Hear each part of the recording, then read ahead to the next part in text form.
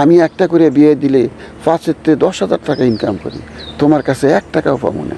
তাইলে কী লেখা করতেছি? আত্মার শান্তির লেগে।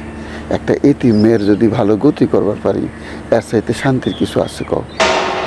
শোনো, আজকাল মেয়েগো বুদ্ধি বাড়ছে, চোখ খুলছে, তারা বুঝে বিয়ার পরে তাগো বড় ঝামেলা হইতেছে, বড় সমস্যা হইতেছে শ্বশুর শাশুড়ি।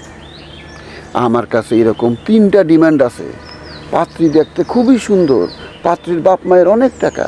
তারা আমারে কইছে সেই ঘরের পোলা দেখেন যেই ঘরে শ্বশুর শাশুড়ি বাইসে নেই। ভালো করে চিন্তা করে দেখো, আমি তোমারে যা কইলাম এর চাইতে ভালো বুদ্ধি দুনিয়া আর কেউ তোমারে দিব না। চলো।